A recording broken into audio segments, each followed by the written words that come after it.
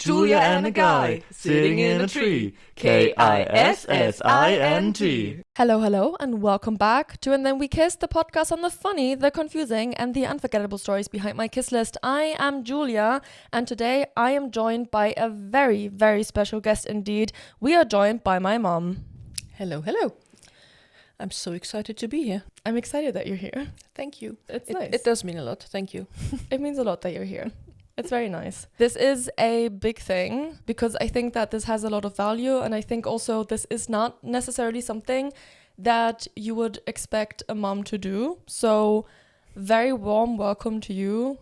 Thank you so much for being here. Okay, so guys, enough with the semantics. Let's get right into it. Today we have a real talk for you. We have the second real talk of the season, and today I felt like it was important to bring a intergenerational perspective into dating because modern dating feels broken. So I thought, why not look at it from all kinds of different perspectives? And that is where my mum comes in. So before we get into it, a quick disclaimer as always. At the end of the day, all of this is not facts, but it's feelings, and it's the way that we perceive things or have perceived things. People might have a different experience, might have had a different experience. That's okay if they tell it differently. This is our opinion. Moving on, Mum, what's your fun little drink? Well, my fun little drink could only be tea. And I'm not quite sure if you could say that it's little, but it's about the right size for me, I have to say. We stole one of Sophie's cups for this, to be honest, because Sophie always has massive teacups and Mum wanted a massive teacup, so here we are. Mum is a huge tea lover. If there's one thing that you should know about Mum, it's the fact that she adores tea. It's a priority. It's a priority. And this is what Julia had. It's green tea with jasmine, and I absolutely adore jasmine and green tea, so yeah, the mixture had to be a winner. I am drinking oat milk mixed in with this powder that gives it some taste to it. So if you got this starter pack, it has like different things for milkshakes and energy drinks and whatnot. You can just mix the powder in with something else, and it's supposed to also give electrolytes or so. This is starting to sound like an ad, but it isn't. She just had some left over because she doesn't love vanilla, and I really like vanilla, so I got one, and this is actually quite good. I'm gonna take a sip. Hell yeah. Okay, fun little drinks in. Why the hell is my mum here, you might ask? Well, for anyone who has listened to all of the other episodes before, you guys know that I come from a very liberal upbringing. I was not raised by conservative parents and just turned out this way. I was raised by feminist parents as well, like liberal parents, and it only seems fitting because I can talk to both of my parents about pretty much anything, and I definitely talk to my mom about pretty much anything. My mom is also up to date about all of the guys that I'm seeing. She does not always condone the nicknames, but she's on board, and it just seemed really fitting to introduce that dynamic into here because if in season 2 we're talking about the beginning years of my dating, well, who was the greatest witness to all of that? My mother. So I would like to use this episode kind of as a landing point to reflect on everything that has happened. In the last 7 episodes, I feel like we've looked at a good chunk of the first dating years of my life. In the next 2 episodes, there's still a good part of it to come, but that's more going to be the end of this phase. So we've pretty much covered most of this phase already.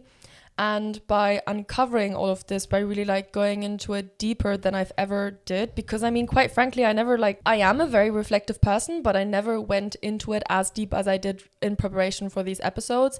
And I've uncovered a lot of truths and a lot of realizations that I didn't know that I had. For example, the fact that I didn't like my first boyfriend, that was news to me. I didn't know until I prepared for this episode. And there's so much that I looked at where looking back, you know, things seemed normal to me and I remembered them as normal. And then when actually reflecting on it, I was like, the fuck was that? Because, so you don't know this because you have not had a chance to listen to the episodes yet. But in a lot of the episodes, I came to realize that there were a lot of instances where it felt more important to make sure that the other person was comfortable, that I was polite and everything, than sticking to my own boundaries. And like even realizing I might have realized that I felt uncomfortable, and then the next priority was trying to figure out, You know, like, how do I make sure that he is not uncomfortable with my discomfort instead of trying to change the situation if I don't feel comfortable? And I mean, you are nodding aggressively. Please, can you relate? What's your... Totally female behavior. Totally We've been brought female. up to do that. Yeah. I also think some men do that, to be absolutely fair, because as this generation is the first one to really know what boundaries are, that you are allowed to have them, and maybe even what to do with them. And it's still also, everything is quite new. It's very new, which is why so many people enforce them very harshly, which is totally understandable, because when you're insecure, you're kind of it like, down. okay, stop, Yeah, I have boundaries. Exactly. And that's not really Whereas a boundary can be like, okay, I don't want to do this, but maybe we can do that. Yeah, like you can communicate it in a relational way and then also in a harsh way. Exactly. And also no boundary has to be permanent. They're situational. They can change. They can be permeable in the sense of... what's that word? You can let something through. Oh, okay. Yes. Like a membrane, you know? Yeah. It doesn't have to be My like God, the Mom, Berlin you're coming Wall. in with the difficult words right now. Permeable membrane. I'm only warming up. Good God. My mom is a language scientist, so if anyone is trying to figure out where I learned English is from her, and my English is nothing in comparison to her, so warm up. Well, anyway, we just have to learn what boundaries are, how to see that there is a boundary that might need setting. The best thing I learned was it doesn't have to be complicated. It's like what's okay, what is not okay. Yeah, and that's a question you can answer. And it's exactly what I think. Also, what you said, that you can phrase it in a relational matter, or you can phrase it in a harsh matter. But I really do like the idea of saying, listen, like, I can't do this, but I can do that, and you can still in that way figure out a sense of compromise between you two, while also maintaining your own sense of identity and your sense Absolutely. of comfort and all of that. I also have a feeling, you know, because you were saying you feel like this is an overall thing. Some men experience this as well. Boundaries are a new thing, whatever. I definitely have a feeling that growing up, this was a massive, massive thing that I was taught. I think indirectly, passively by you guys, but definitely by society. You know, you pass on what you know. Of course. And I do have a feeling that it definitely is a very typical way of growing up as a woman. You know, what you said earlier. Yeah. It's the female experience that you're supposed to mask your discomfort and make sure that everyone around you feels comfortable, even though you don't. Yes, that is the negative side of the coin. Absolutely. There is a good side to it, that we are far more adept at relationships, and our relationships and friendships play a much larger part in our life, because we allow ourselves to be vulnerable with our friends as well, and with our parents or, you know, siblings, and that a lot of men don't do that and don't even know how to do that, I think, has been completely ignored. It's only now coming to light, really. Yeah. And it can really feel like modern dating is broken in that sense. Because I think that I think I speak for a lot of people out there. Sometimes it can feel quite frustrating dating men. I like men, if that has not been evident in me dating them. And there are individuals that are amazing, but like collectively speaking, the way that men have been raised, they can be different, but the way they have been raised can be extremely difficult in a relational manner. I think there are amazing things that I can learn from men. They have been taught to have experiences that I did not as a woman, and I can learn from them in that sense. But at the end of the day, if I'm looking for a romantic or sexual relationship, or even a platonic one to a man, it always seems a little, they seem a little stunted, like kind of like this is how far they will go and they will not go any further. And it's definitely a thing that with all of my platonic female friends, I've most of the time felt like there was some awareness for my comfort. Even back in the day, even when we were way younger, there was some sort of like awareness that I might be uncomfortable or comfortable. And I think looking back at it, that might have played a role in my early dating stages, that I also did not quite know how to vocalize my discomfort. Because on the one hand, if no one really teaches you to vocalize your comfort, and then on the other hand, most of the friends that you have look out for you, and then suddenly you need to look out for yourself. And look out for somebody else at the same time. And look out for somebody else. How do you manage that? But I mean, I did definitely, like, that's definitely something that I've learned over the years. And also, you know, reflecting on all of this on the podcast, I've also realized that, you know, I have other friends that are maybe don't have as much dating experience as I do. And if they're dipping their toe into the water, I can kind of like give them better pointers on what to watch out for when they're dipping their toe into the water and trying to figure it out. So that's really nice. I mean, was this something that you, like, is this something that sounded familiar for you when, like, way back in the day, when you were around my age or even younger? Because if you say that boundaries only now started to exist, I mean, that must have been a constant struggle back then. It was a constant struggle. It was extremely difficult without us really knowing that it was difficult. When you're not feeling okay in a situation and you cannot voice it, you immediately go into appeasing the other side. Like immediately. You don't stop at your own experience, not even for a second. You just go straight across it. And only think about how this affects the other person. But also not only you do that yourself, you're being pushed into it. By society, by the people around you.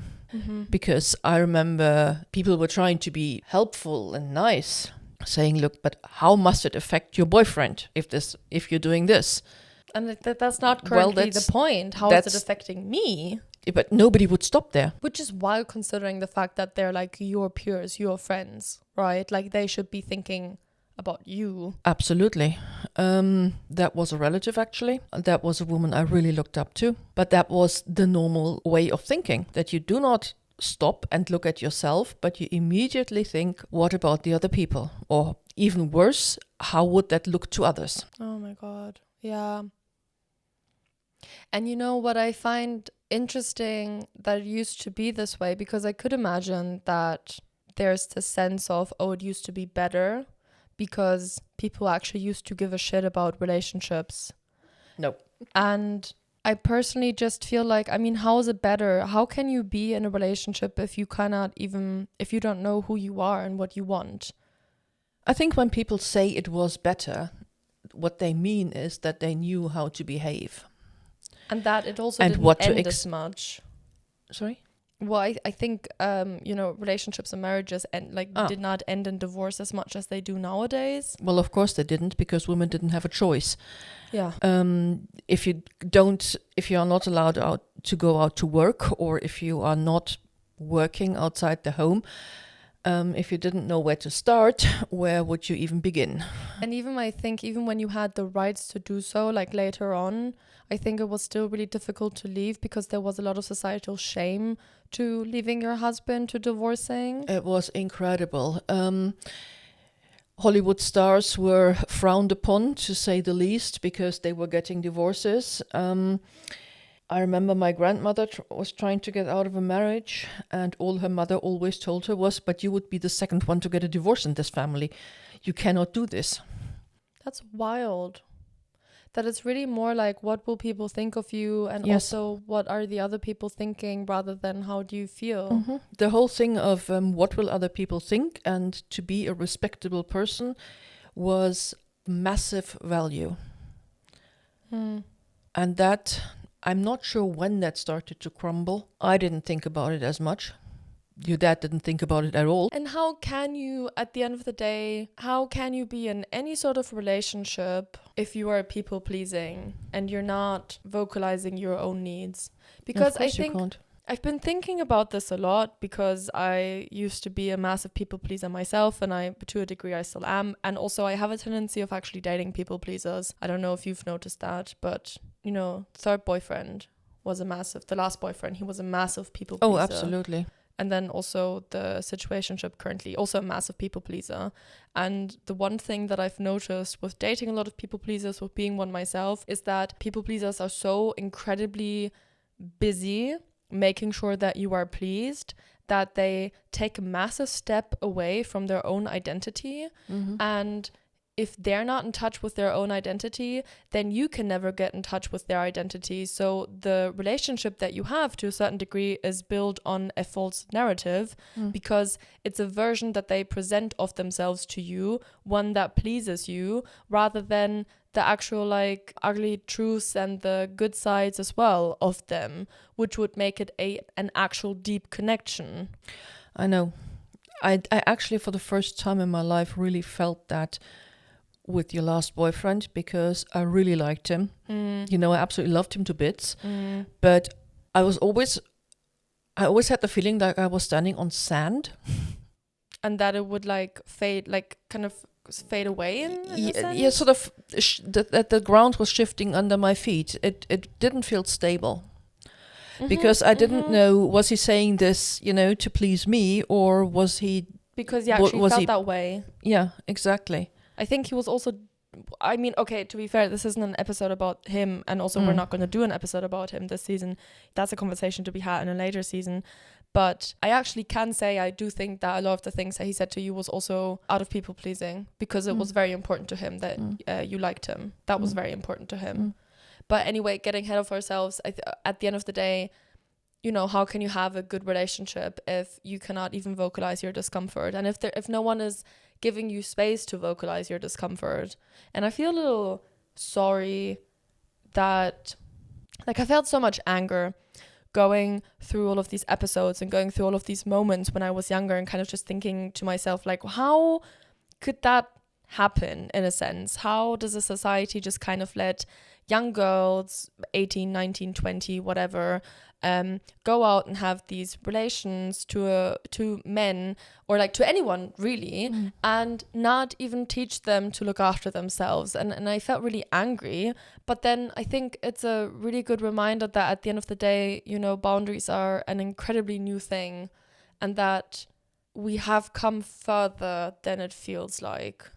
Sometimes it can feel like sexism, feminism, everything is like rooted in its place, because all that I have, the entire data that I can personally go off on, is within the last 10 years of my experience in dating. And so it's always great to have conversations with you, because it helps me kind of zoom out and understand the intergenerational ways of society that impacted me at the end of the day. That's been a massive thing actually for me in the last few years. I don't know if I've told you this, but that's been a massive thing, really zooming out of my own experience and trying to understand your experience, dad's experience, but then also grandparents and maybe even great grandparents or whatever, kind of looking at historic events and how was feminism at the time and whatnot, to really understand the way that it impacted them, because that's what they then in turn gave to their children, and these children gave it to you guys, and you gave it to me. And that like each generation does come forward, but in that generation itself, it can feel kind of like you're stuck. Yes, I think every generation kind of feels stuck to a certain extent. Yeah. Because as a person, you can only evolve so far. No matter how much you want to evolve, I think we all hit a limit somewhere. We have our baseline. In a sense, we do. A lot of stuff that comes towards you as you age feels like from another universe. Yeah, which And makes sense, try because your the best, baseline is further. You try to adapt as best you can, or you get completely stuck. But I think even if you want to, at some point, in some ways, you will probably hit a limit, because you're only human. And so the best thing at a given point that you can do is like evolve yourself, and then make sure that later generations, be it your own kids or like other children, depending on how involved you are, you know, get further. And you have to sit with the possible feeling of being uncomfortable with that. That they're further than you ever Yes. were. Not in a sense of I wish I was that far, but more because it's so far away from your own values.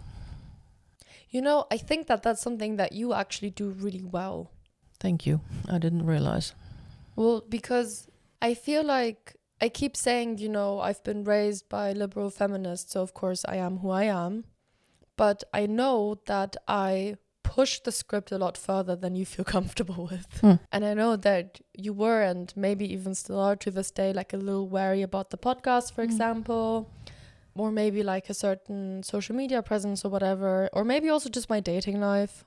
And I still think like something that I really value about our relationship is that at any given point you kind of like, I could sense that it got too much for you, and then you kind of like breathed, you know, you would breathe through it, and I'm like, Mom, you know you can trust me, and you're like, I can trust you, you're doing fine, this is a lot further than I ever would, but you're doing fine, I guess. Like, I know I push it more. Yes, you do, and so do your sisters.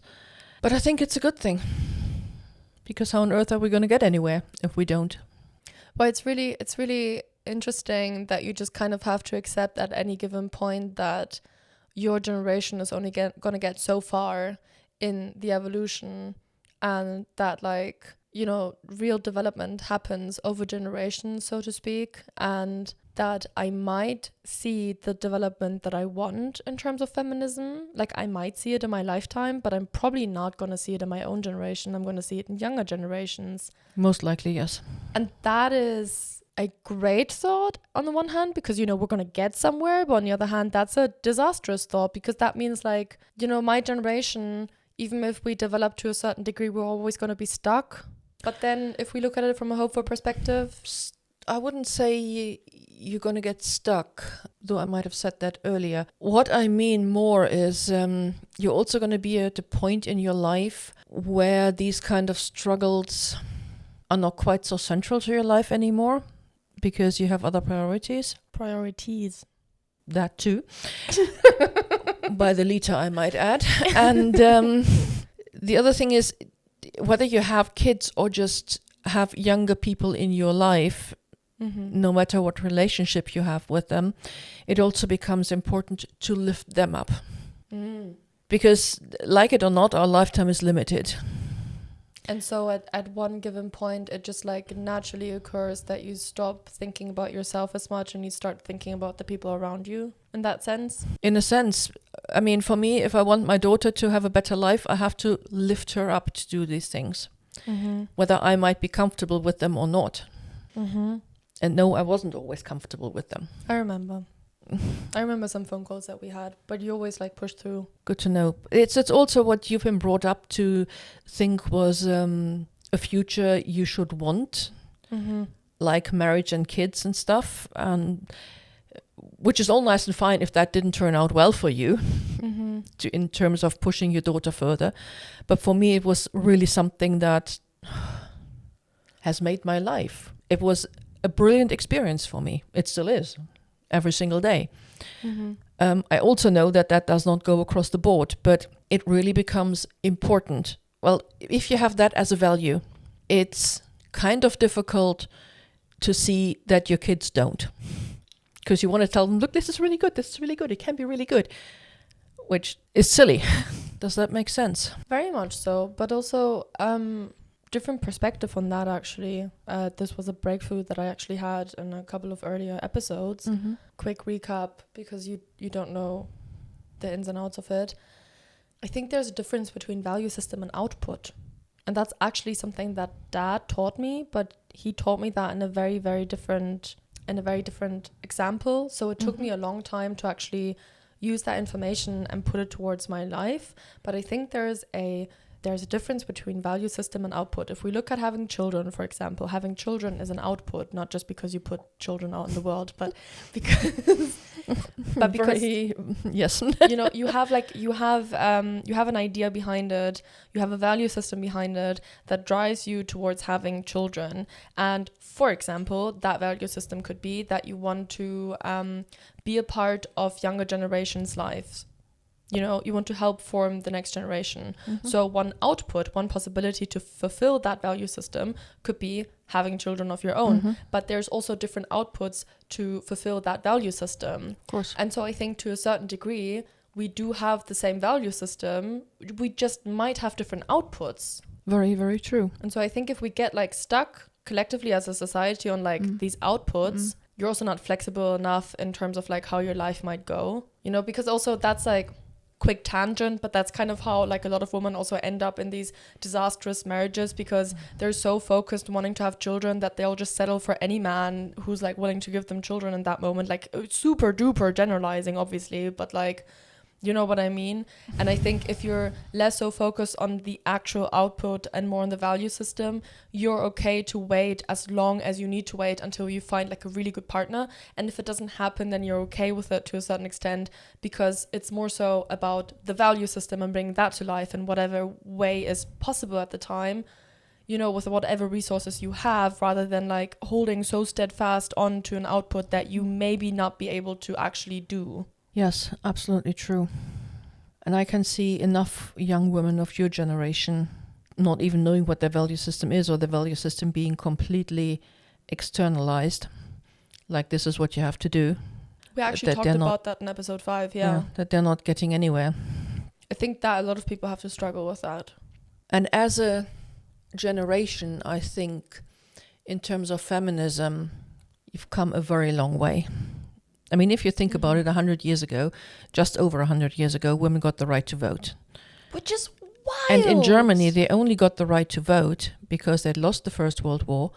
And it was one of the dictated terms, and the Americans dictated it because they didn't have the vote as yet. Somehow it was a political thing, but it not was a for political women. thing, exactly. Who would have thought? It was then, I'm not sure on the details in Germany, when women were allowed to own property or whatever. When the pill first came out, only married women could get it if the husband agreed. All that sort of thing. And to think of when I was growing up in the 80s, it already felt like we'd come very far. But it was the outside. What do you mean? Well, you sort of changed some of the structure. I know that there were women before me who went to university, but I think we were one of the first generations that... Where it was normalized? Yeah, where, you didn't think, oh, she's going to marry anyway. Even though a lot of my friends still said, oh, well, I'm only doing this because I have to do something, but I really want to get married and have kids. That's wild. And me thinking, hell yeah, I'm not going to do that. Get married and have kids. Here we are, folks. Spoiler alert, she did have kids. Yeah. To be fair, it took you a long time to get to that place, though, so it took me a long time, and that wasn't something I could have changed. That wasn't a mind thing. I hadn't set my mind to it. I also don't think that you went against your younger self by marrying and having children. No, I mean... It's exactly what I mean. I've come across this, the trad wife. Have you come across the term rad wife? No. What's well, rad where wife? you're basically a stay-at-home mum who bakes cookies with the kids and at the same time tells them about feminism and get the hell out there and raise hell. That's you. Exactly. That's you. So I'm a rad wife. But I also just because your younger self was like so focused on a certain output, not marrying, not having children, doesn't mean that you betrayed your younger self, because you that output kind of it represented a value system, and you stayed true to your value system throughout. I don't think that you radically changed. And also what I wanted to do was I wanted to have done something more with my life before having kids. Which is good, I think. To have something to pass on, also to have kind of a firmer stance in life, if you will. To know more of who you are and to have done some stuff, whatever that means. And not growing up while your children are growing up to a certain extent. Well, you're also always growing with your children. No, of course, but when I mean growing up, I kind of mean figuring out your first job, figuring out your first apartment. And I think having to figure out all of that while you have a baby, that is a lot more difficult and time consuming than figuring that out first and then actually getting to the baby. In a sense, yes. Okay, moving on though, because that's not the point. No, it's absolutely not the point. But the point is, over 100 years, feminism... Yeah, and I mean, at the time, in the 80s, you could actually study women's history. And to my absolute and utter shame, I was thinking what? Oh, like in a sense of like that's just men's history. I mean, like I studied history myself, and I was just thinking, women's history? Why the F would you do that? Yeah, like where's the difference? Exactly. That's just And history. where's the sense in that, You're studying the history of mankind. Well, yes, but that was the clue, wasn't it? Yeah. But we didn't think that far. To be fair, I studied it in German, but still. And I also remember going to other countries and thinking, oh my God, I thought, women were so much further along here, and it felt like 1920s. Like in other countries, or it felt like in Germany? In other countries. I felt that Germany was very far ahead. In a sense of how women behaved. Although, I mean, I then obviously went to London, and you could see the value system slightly shifting. It might be absolutely necessary to have your boyfriend propose and wear the big ring on your finger. But at the same time, women had a much easier time being working mothers, for instance. So there's always a difference across countries. But to really come into the intricacies of how people behave towards each other, and that is what this generation is doing. But you're really getting into the nitty-gritty. Yeah, the nuances of it all. Yeah. Because I think a lot of people that come from countries where, like I've in my dating life, but also in my platonic relationships, I am someone, you've raised me to be someone that's extremely curious about other people's perspective. And so it's not out of the uncommon for me to befriend and date people that are not from Germany. And there are people that come to Germany that come from countries where feminism is way, like not as far as we are, and they're still talking about like the right to vote or whatever it is, or like, marital rape is bad. Is it though? They have like these like basic discussions which are extremely vital to get anywhere, mind you. But so they come here and a lot of them kind of think like, well, sexism is not a thing in Germany. Men and women are equal, and it can really seem that way, which I understand, because well, women are working, women have something to say. Why would it not seem that way? And I also think that a lot of German people actually think that way as well. Yes.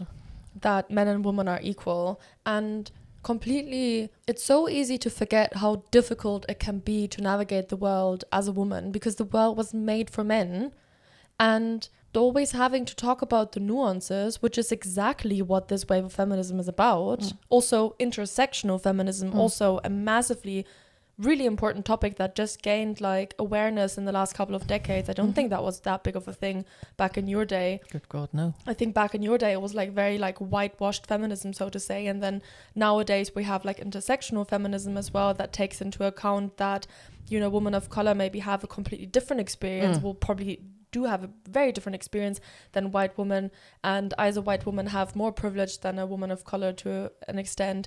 So talking about all of those nuances can make you like, it can seem at some point that you're going crazy, because it's also really too easy to kind of just say you're making this up. No, you're not making any of it up. You're not, but it can seem so easy to be put down. I have been put down by people. I've been put down by men that are kind of like, you're making this up in a sense. They never said it that way, but that's what they were implying. And because it's these nuances, these intricacies, that was a big word, it can really feel like you're going absolutely crazy. And also, it is really still astonishing how uncomfortable you can make people by being a feminist, talking about it, and then really getting into the nitty-gritty of things. Oh my God. Because in every generation, and it has been like, but we have this, why on earth would we want more? Let's just be happy with what we have. And that's still, I can see that now. I've always wondered why that was, but it really is because, to a certain extent, without thinking about it, you're living in a patriarchal world. So you had better be happy with the cast-offs, with what's being handed to you, rather than wanting more, because wanting more might destroy the system. You might go against the system. Which is understandable. Absolutely. You live in the system, and if you, as a woman, have kids, And we also know that a lot more women have kids than men have kids. Yeah. You don't want to destroy what their life's been built on. I think actually you raised a very good point that evolution is so difficult because you are going against oppression. And of course, nobody wants to be called an oppressor, so you deny the oppression. Yeah, and also to be fair, there's not necessarily like one big oppressor. This is more like a collective system that works together. There's not like one big dictator, and like in a Disney film you've got like that one villain, and if you kill the villain then it all like kind of crumbles. No, this is an actual system that collectively works together. And I think you raise a good point that while it can feel like we're not getting anywhere with feminism and how far we're coming in terms of dating and gender roles and whatnot, it makes a lot of sense that it's such a slow progress. On the one hand, you know, you have to get everyone on board, and progress across like a shit ton of people takes a long time. But then also, I don't know if you've heard this, but there are like celebrities, like white celebrities at the moment that are actively and pretty like bluntly in the States speaking out against big political things. They are now being cancelled. They're being cancelled for the most minuscule shit ever to have happened.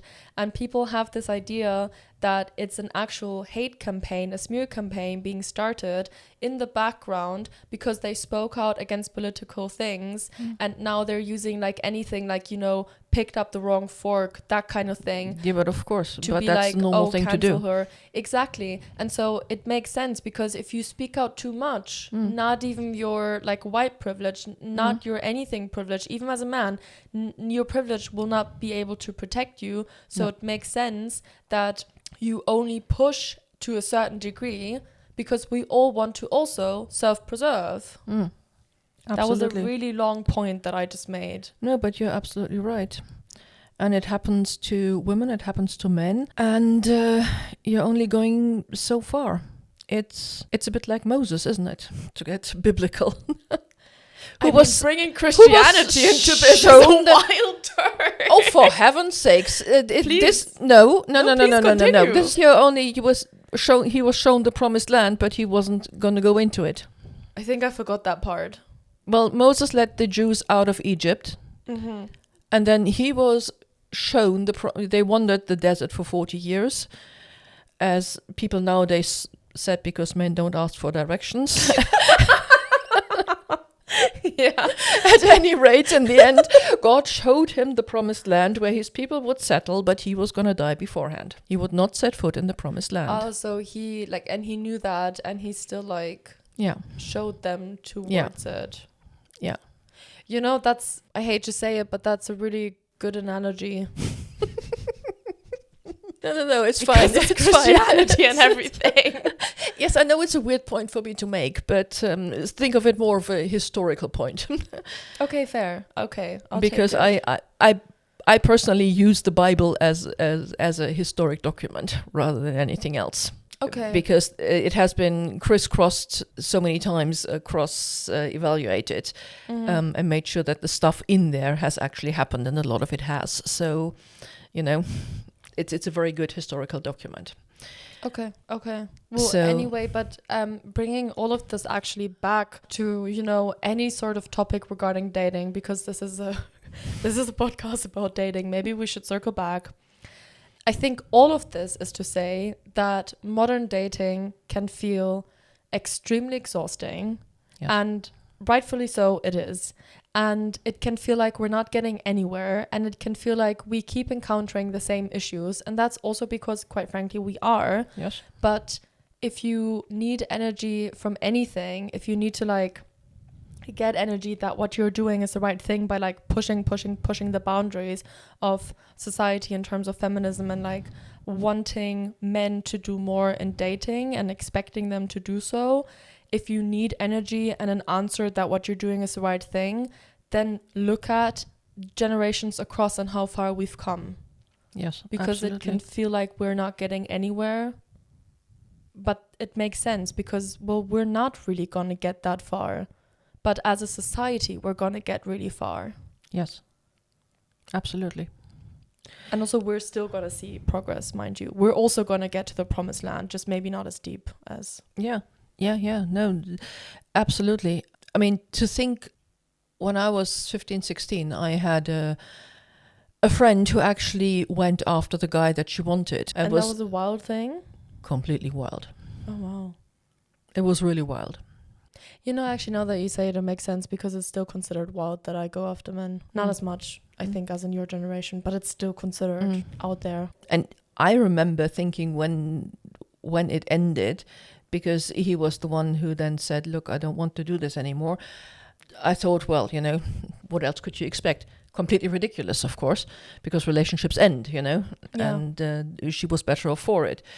But still, it's like when the woman went out there and went for what she wanted, that was a wild thing that made everybody else uncomfortable. Because growing up, we were supposed to, you know, wait to be asked. And it wasn't in our generation quite as much, but the thought was still there to say no 15 times before you finally say yes. Never mind what you wanted, you know. But you were supposed to hold back. Oh my God, actually, Mom, that reminds me of a really, really funny joke. Sorry. I need to interrupt this important point you're making. So do you remember my first situationship, the one you met? Yeah. Yeah. Well, you meet a lot of the guys actually, because I just bring them round. I'm like, we're having dinner with my parents, by the way. No, I know this is our third date. Just deal with it. This is an actual thing I do. But anyway, he, on our first date back in the day, like a couple of years ago, in this context, because this is still a thing, this is where I'm heading with. This is still a thing that a lot of women apparently will still say no, even though they mean yes, because it's still like a dating strategy that a lot of men pursue and then also women pursue. And he was talking about the fact that he did not like the fact that that was a thing. And so I have this quote of him that I completely took out of context. That's just him saying, you know, I really hate it when women say no.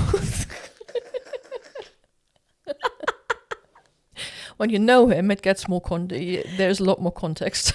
Yeah, when you know him, you take one look at him and you see the context. Because he's such a kind guy, and it makes it seem even more ironic that he would say something like that. Yeah. But anyway, getting back to your point, I do think it's wild to see, like, I think your point was how far we've come, right? Yes. Yeah. I mean, books that I was reading were from my grandmother, from my mother still, and even the books written for girls in the 60s, 70s. It was ridiculous. And I mean, I also, you know, I try talking to Oma and Opa about this, the grandparents, for anyone who doesn't speak German. Sometimes I try talking to them about my experiences, and I already watered down heavily I watered down, because I know that they come from a very different generation, but I also want to breach some sort of honest topic and conversation, because I don't want to hide myself. And so... first time that I tried broaching the topic casual sex, they were so nice about it, but they were also really overwhelmed. And it was so interesting to see like how far we've come, because for me it was a very normal thing. And they were just kind of trying to keep it together, kind of being like, okay, we support our granddaughter, but also what the fuck? But also what the fuck talking about it? To talk about it at all, and also for you being a girl talking about it, because they knew about young guys doing wild stuff, or you know, dating multiple girls, whatever, and it circled back. And it circled back to them, and that was kind of okay. And they also knew that from their own generation, of course, but it was more like the men who did that, who weren't attached, and also behind closed doors. More that, yes, you didn't really talk about it.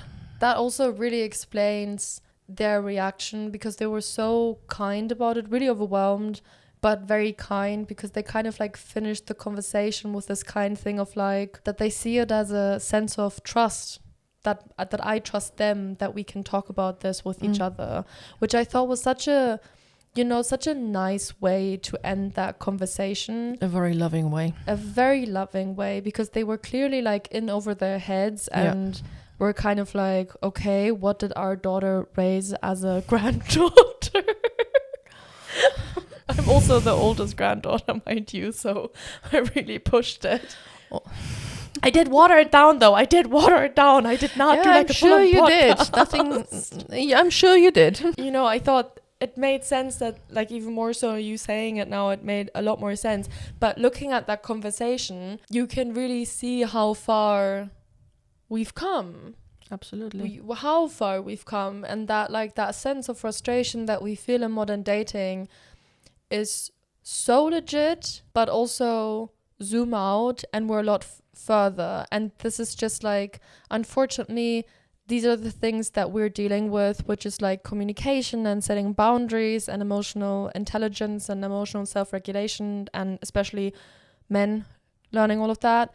And we will probably get to a point where it's going to get better if we all just continuously work on ourselves and keep pushing the envelope, and then we're going to get somewhere.